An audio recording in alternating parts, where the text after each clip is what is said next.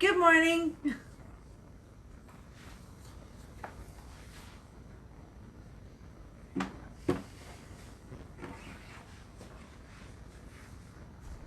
are you going? Forgot my tea. Go ahead, I'll be right there. I'm Derek. And I'm Pam. And we are going over the renewal through COVID-19. We have a group for this. As a matter of fact, if you're seeing this, more than likely you're in the group because I keep forgetting to post on my main page. And so does Derek, whether he admits it or not. Just saying. We also have started a small group on Mondays at 7 p.m. We have about all the spaces left because no one has joined us as of yet. Of course, we've only had one small group, and it just ended up being us talking to each other. And you got to see it. I mean, yeah, that's true, they did. Yeah. So, sort of, they took part in it. Thank you for being with us.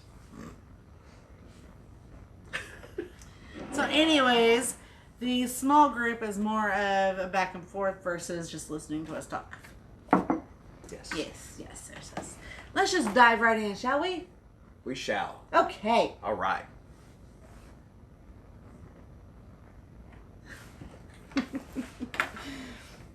Love one another with brotherly affection. Outdo one another in showing honor. Romans 12:10. Thank you for joining us. We'll see you tomorrow. What does this tell me about God? That he is a man of few words. But he's not. But he's not. Not at all. Okay.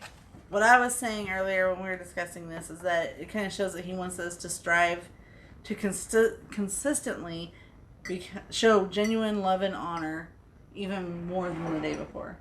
Yeah. But it's not just about doing better than we did yesterday, but continuing to do better than even our brothers did yesterday.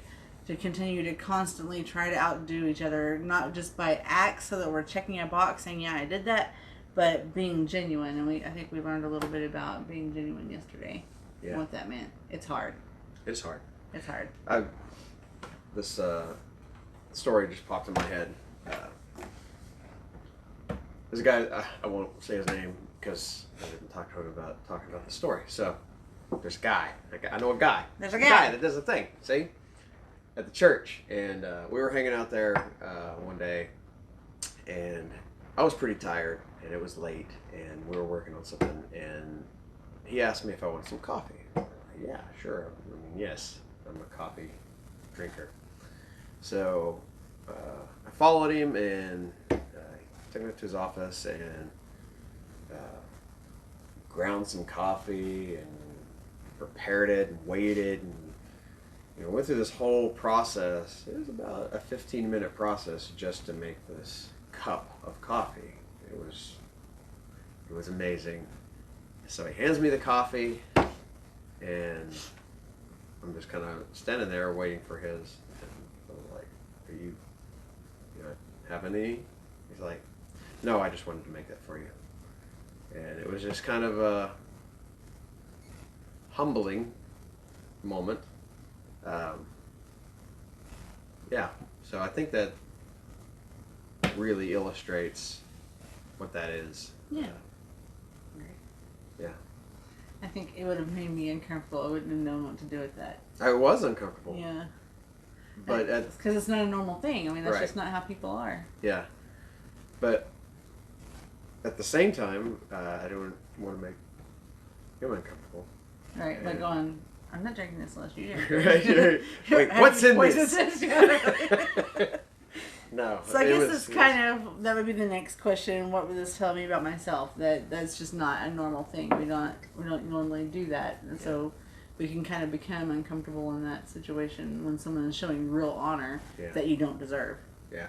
It's kind of like, what are you trying to say? You didn't deserve that. Sorry. No. Sometimes it's hard to receive that. Yeah, absolutely. More than it is to give it. It's harder to receive sometimes. I'm which, definitely, in a way, is showing honor by receiving sometimes. It absolutely is. I'm definitely on the spectrum of people that I don't really like to do a lot of, which I guess is part of just being having stage fright. But I don't really like to do things where people are going to publicly tell me how good it is or show attention to it. It makes me very uncomfortable. And I guess maybe I immediately start thinking, well, I don't deserve that. It's not a big deal. It's just I was able to do it. It's not a big deal, you know. And but we should learn how to accept that, to be able to give that and mean it too. Yeah. Yeah. Yeah. But because this isn't a normal thing. We don't just do this daily all the time. It's a little uncomfortable. Yeah. It's okay to have awkward moments, though. Yeah, I think the awkwardness can actually enrich the experience, especially when you know, like, if you're the one giving the honor to someone else, seeing their reaction and knowing that you've touched somewhere, you can take that with you. And, Yeah. Yeah, I had a kind of an experience like that recently, and just because you said you touched them, like, you know, and again, I won't mention her name because didn't tell her I was going to be talking about her, but recently I did do a painting for somebody, and I wasn't sure if they were going to like it or not because, you know, that whole, as Stephen Furtick calls it, chatterbox in your head telling you, you know, it's not really that good, she's going to see all the flaws, or, you know, whatever. So I brought her into my office, and I was like, what do you think of this painting? And she's like, oh, I love it. I'm like, well, happy birthday, it's yours. And she hugged me probably 3 times. That's my clock. I love that clock. She hugged me probably 3 times just in like the next 5 minutes. And that made me feel so good because she felt like I had bestowed honor upon her. Not to, like, sound all silly and, you know, like I'm in a play or something. I honored or bestowed honor upon her. But I mean, she felt honored that I did that, and so that made me feel good. I mean, and that's a really good experience to get, but that can also not be your defining reason for showing honor. Yeah. Because so back here. It's not always received well. No, it's not. Yeah. It's not. So, does someone have to earn or deserve honor to be shown honor? No. So, do you have an example of that, or? Not a specific instance. I mean, generically, we have authority figures that bosses or leaders that we don't necessarily agree with or like, but they are ordained and placed by God to be in authority, and so we honor them with our obedience. Mm-hmm. And yeah, so at no point does it say you have to agree with someone to honor them. Yeah, I mean, so in a law enforcement background, I knew some really, really, really good cops, and I knew some people who were cops who were not great people. Good cops, you know, great people. So, but in their office, they were deserving of the honor that office entails. And I mean, that's scriptural too.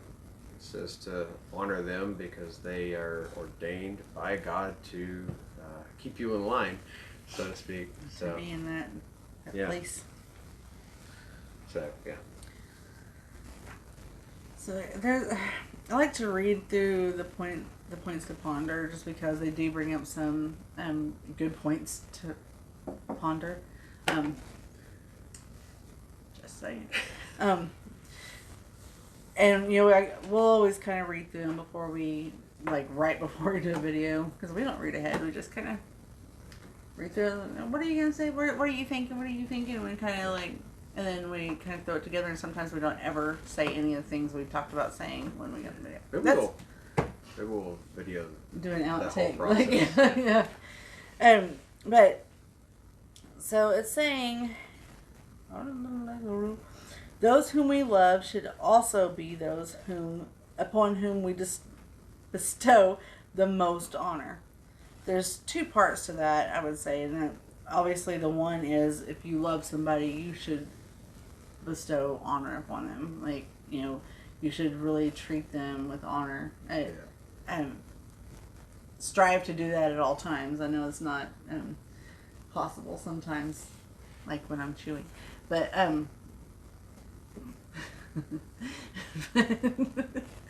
but I mean, we should constantly try to do that. But it doesn't say in here, it doesn't say those whom we love should be the ones that we bestow honor on. That's not what it says. It says those are the ones who we should bestow the most honor. Yeah. That means that we should bestow honor onto others as well. And it says we seem to exchange it only when necessary instead of striving to outdo one another.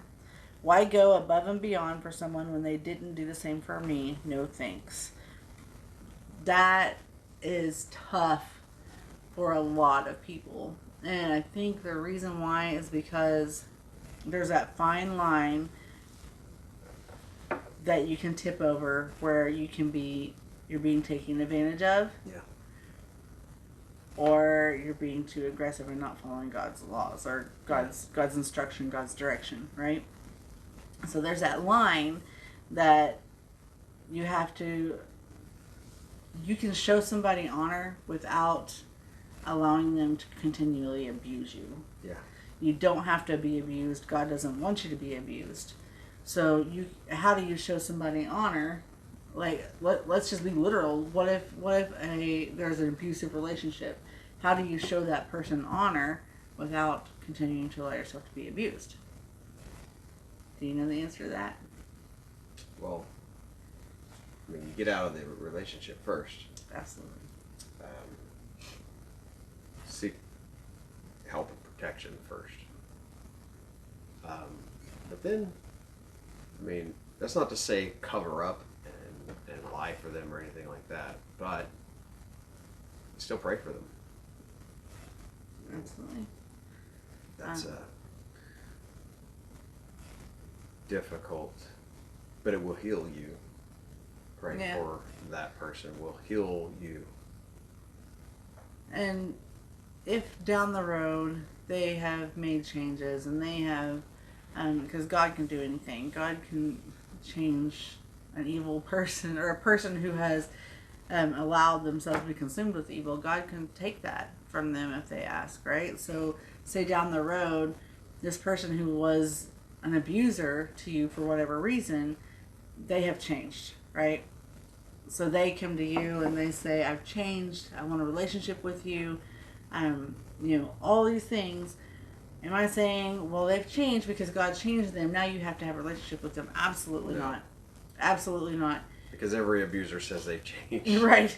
But even if they truly have changed, you still do not have to have a relationship with them, and you can still show them honor by not dragging their name through the mud, by, not stalking their new relationships. Right. Not, you can show them honor by saying, I am happy for you. Yeah. I hope you have a wonderful life. Yeah, and if they've changed, they'll accept that and go. And if they haven't changed, you'll know very quickly. Yeah, and I think that's another way of showing honor is by forgiveness.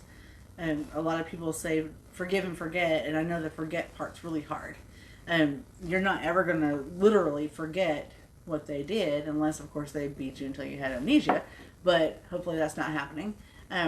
But you're going to forget in the way of, when I think of this person, I don't have hatred for them. Because what they did isn't important anymore. But I've forgiven them. It's no longer an effect on my life, because I promise you, if you don't forgive them, it will have a stronghold on your life forever. Yeah. But you've forgiven them, and now you're going to walk away. that's a way to show honor. You forgave them, and now it's done. So it doesn't have to be someone you love. You're to find a way to show honor, but you still are allowed to protect yourself. God still wants you to protect yourself. Don't even know where that came from. So I liked down here. It talked a little bit about it's talking in terms of the church, but I found it to be could definitely be very personal and like I thought about work initially because work can be the breeding ground of like sin, right? Because you're not in your normal environment, you're not in your controlled environment. There's many different personalities. You have to show respect to people.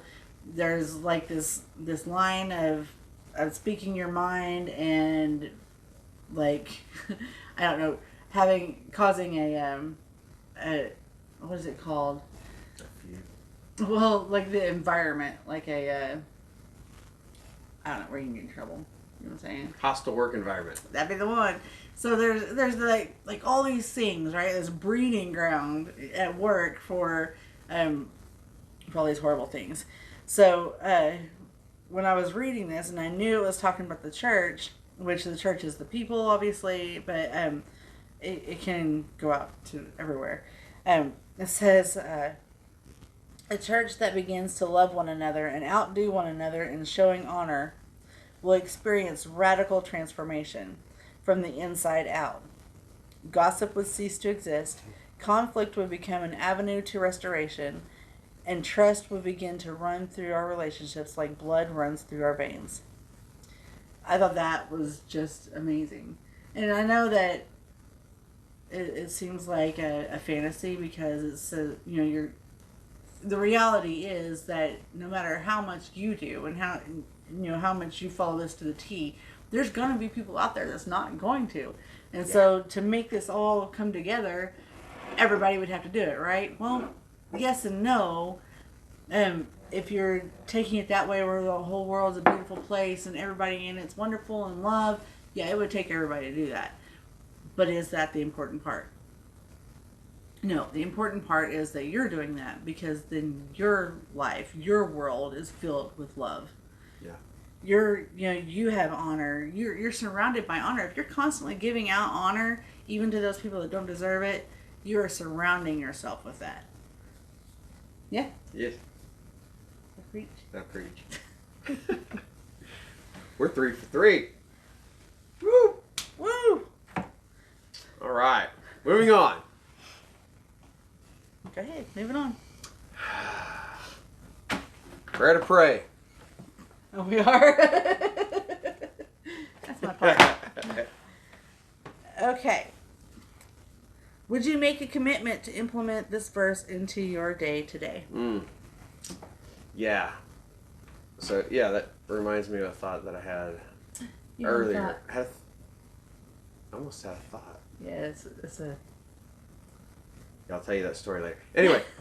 If you join us in the small group, you can ask us about that story. Yeah.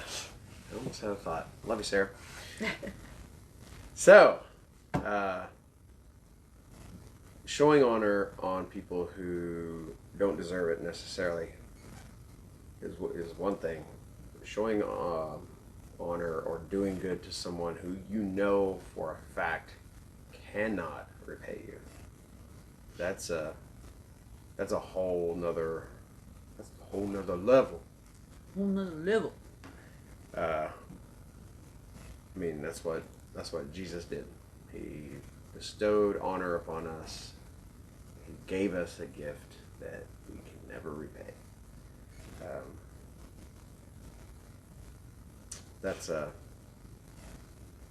You can translate that into life every day. If you're mindful of it, that's the caveat. If you're mindful of it, you can do that. But the only way that that's going to be possible is by embracing that the gift that Jesus gave. Otherwise, it's gonna you're going to burn out, in other words, if you're relying on just the act of, I guess, obedience to the word. You'll burn out if you're not refilled with that relationship. That's the difference between religion and relationship. Is you can be a rule follower and obey all the commandments and all the rules and do everything the Bible says to do, but still be hard and callous and internally torn up and worn out and a wreck. Yeah. Yeah. Well, there you go. That's what I got. That's what I got. That's good. Wow. Wow. All right, guys. So with every day, there are always 3 questions. You've heard us ask the questions. Sometimes we kind of just skim through them real quick, but it is very important that you're at least asking yourself these questions. What does this tell me about God? What does this tell me about myself? And how would this change my life if I took it seriously?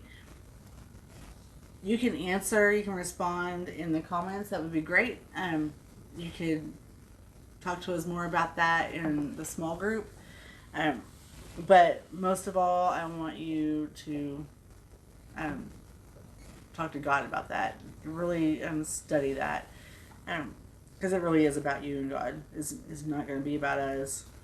Although the fellowship is great and God ordains that, but it is, in the end, it's going to be about your relationship between God so that you can go out and love on others. Right? Okay, so the prayer to pray. The prayer to pray is just to lead you in a line of thought. It's not to be your prayer. Pray with us, please, but let this be a line of thought that you continue on and have that conversation with God. Okay?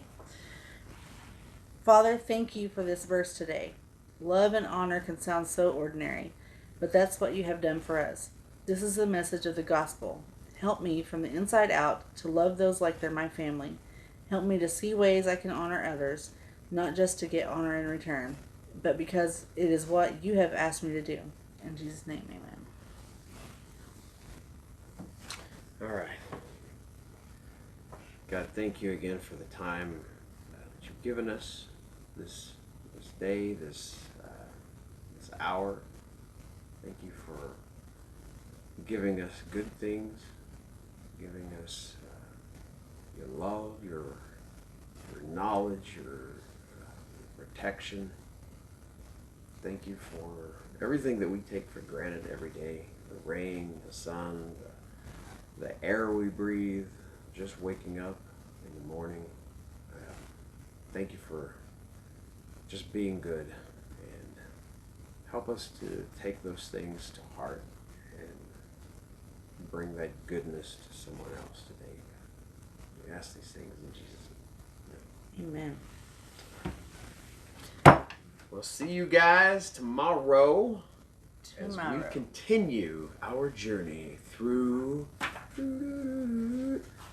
COVID-19 renewal. Bye.